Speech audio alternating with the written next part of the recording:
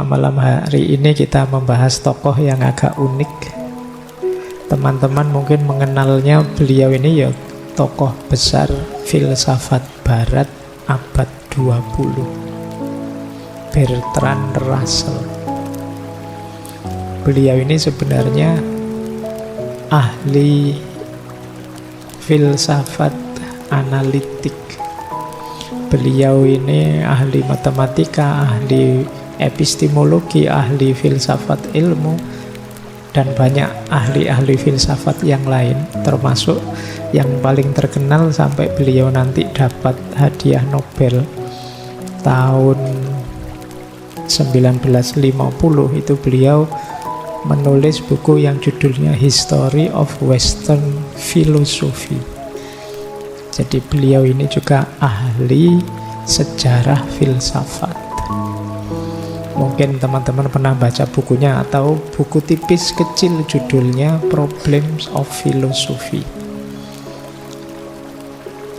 Dan karya-karya beliau banyak.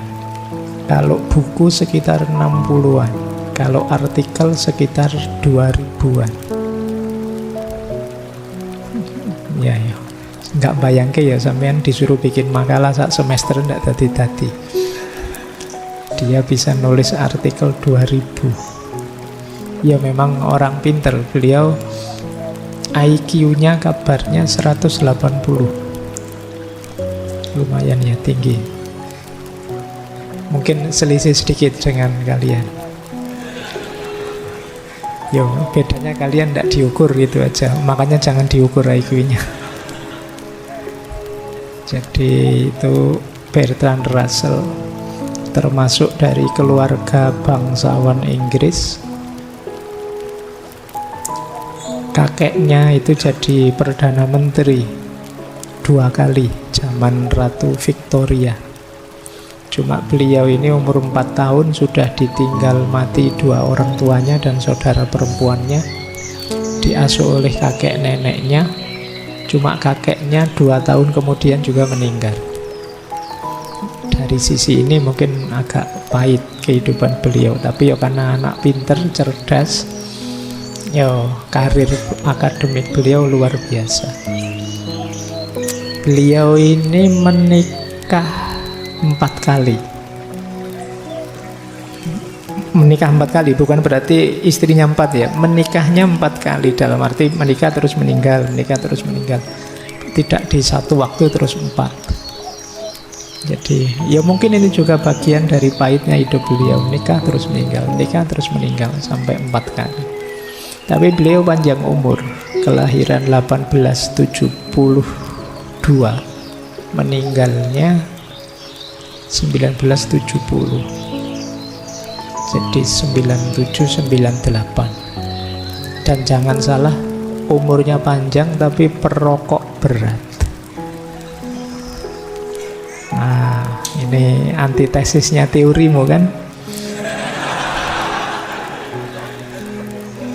Kan kamu bilangnya rokok membunuh, mulai Russell itu sampai umur 97-98 kemana-mana masih pegang cerutu. Itu rokok kelas berat itu. Jadi ini beliau ya kritis orangnya, sehingga sempat mengalami di penjara, sempat mengalami didenda. Beliau ini karena kritisnya pernah didenda dan dihukum 100 pound sterling. Tapi beliau tidak mau bayar. Akhirnya teman-temannya yang bayar dengan cara bukunya dilelang. Ini buku-bukunya Russell di kampus ini, ayo dilelang buat bayar denda biar dia bebas. Dan beliau juga sempat menikmati penjara sampai ketika nanti pindah ke Amerika ngelamar jadi dosen, itu ditolak karena melihat CV-nya, kok pernah di penjara, pernah ngeritik pemerintah dan lain sebagainya. Ya meskipun nanti tetap karir beliau di bidang akademik luar biasa, karya-karya beliau luar biasa. Malam hari ini setengahnya kita semacam bedah buku ya, kita bedah salah satu buku kecil beliau yang judulnya itu The Conquest of Happiness. Kalau diterjemahkan, menaklukkan kebahagiaan. Buku ini luar biasa menurut saya ya. Ini buku tentang kebahagiaan yang versi rasional saja, pakai akal saja. Beliau ini mungkin agnostik atau antiteis, tidak percaya dengan metafisika dan ketuhanan. Nah, malam hari ini kita belajar kira-kira kalau pakai akal sehat, akal rasional saja, seperti apa sih kebahagiaan itu. Nanti minggu-minggu selanjutnya kita ambil model yang berbeda. Menurut Russell, buku ini sangat ringan. Makanya beliau bilang ini, buku ini tidak ditujukan kepada yang terpelajar. Nah, kalau kalian merasa terpelajar, tidak untuk kalian. Ini buku terlalu ringan, bahasanya Russell begitu. Meskipun saya tidak jamin kalian baca bukunya paham. Jadi kata dia ini sangat ringan. Tidak untuk yang terpelajar atau untuk orang-orang yang bisanya cuma ngomong saja. Mereka yang menganggap masalah praktis hanya sebagai sesuatu untuk dibicarakan. Ini tidak hanya wacana, kata beliau. Tidak ada filsafat atau pengetahuan mendalam akan ditemukan dalam buku ini. Saya hanya bermaksud menyampaikan beberapa pernyataan yang bersumber dari common sense. Saya berharap begitu. Common sense itu ya pengetahuan umum saja tentang kebenaran-kebenaran umum, bukan kebenaran filosofis yang mendalam. Semua yang saya klaim sebagai resep yang ditawarkan kepada pembaca memang seperti itu adanya. Sebagaimana ditegaskan dari pengalaman saya sendiri dan pengamatan saya. Jadi dasarnya pengalaman hidup beliau sendiri dan pengamatan beliau. Dan ternyata semua itu telah meningkatkan kebahagiaan saya setiap kali saya bertindak sesuai dengannya. Jadi kalau ditanya buktinya apa, teorinya ini hebat, saya membuktikan sendiri. Saya termasuk orang yang bahagia. Mungkin karena itu umurnya panjang. Sampai ngerokok saja tetap panjang umurnya, mungkin karena bahagia. Kalau kalian kan ya sambil ngerokok sambil stres ya mesti aja. Umurmu pendek mesti. Kekokean pikiran. Atas dasar ini saya berani berharap beberapa di antara sekian banyak pria dan wanita yang menderita ketidakbahagiaan mungkin menemukan situasi mereka di diagnosis. Jadi mungkin diagnosa saya ini cocok dan ada metode untuk keluar dari situasi tidak bahagia. Banyak orang tidak bahagia bisa jadi bahagia dengan ikhtiar yang diarahkan dengan baik. Dan untuk itulah saya menulis buku ini. Jadi buku ini sangat rasional, sangat praktis tentang cara untuk bahagia. Secara umum isinya dua.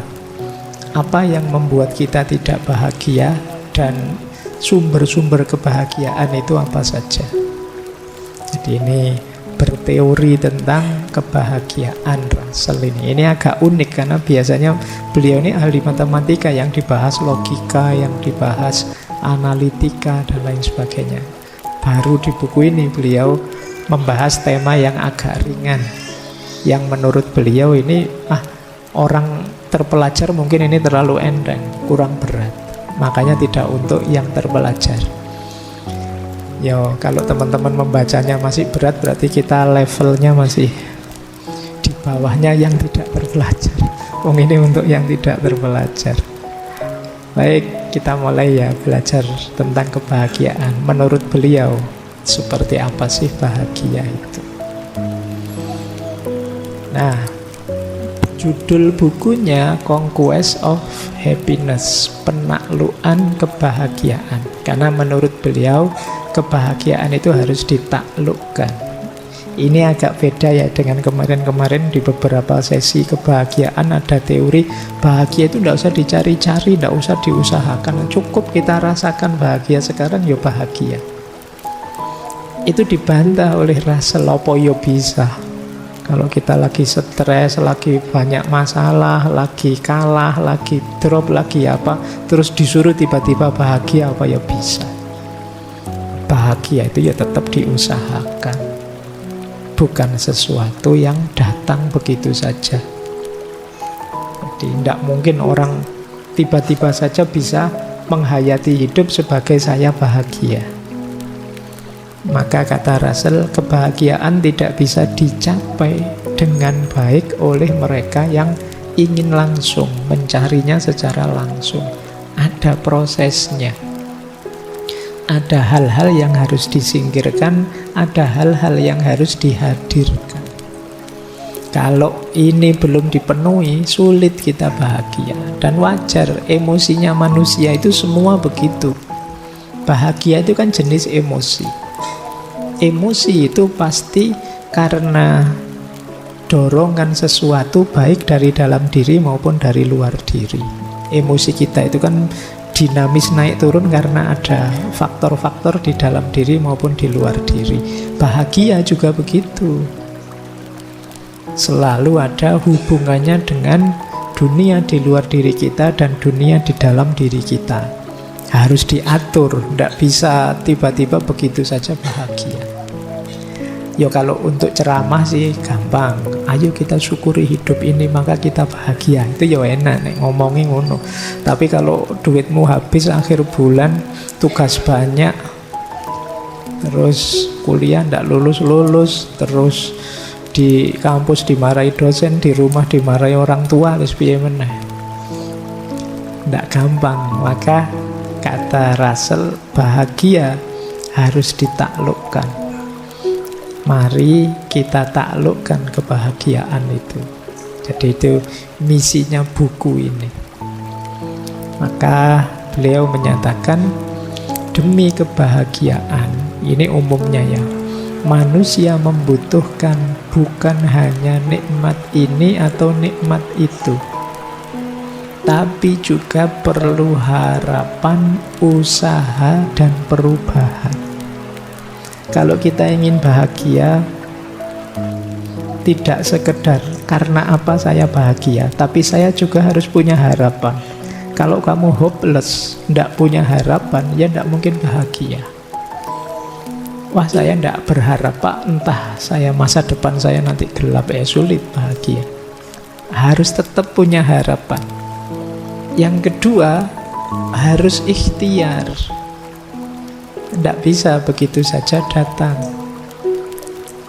Dan yang ketiga, harus mau berubah. Kenapa harus mau berubah? Lah kalau kita tidak berubah, situasinya tidak akan ganti. Sekarang sedang tidak bahagia, yuk berubah yuk, tidak mau apa? Ya sudah, yuk tidak bahagia terus. Ya tetap harus mau berubah. Harus tahu mana yang harus diubah biar saya bahagia. Ikhtiar tadi dalam rangka mengupayakan menemukan apa yang harus diubah. Karena sekarang saya tidak bahagia, besok saya harus bahagia, berarti harus ada yang diubah. Tapi ikhtiar untuk perubahan tidak ada gunanya kalau kita tidak punya harapan. Jadi kalau kita tidak berharap, apa ya kita mau berikhtiar secara semangat. Kalau kita hopeless kan tidak mau ngapa-ngapain sudah. Jadi kuncinya 3, harapan, upaya, dan berubah. Disitulah nanti kita bisa bahagia.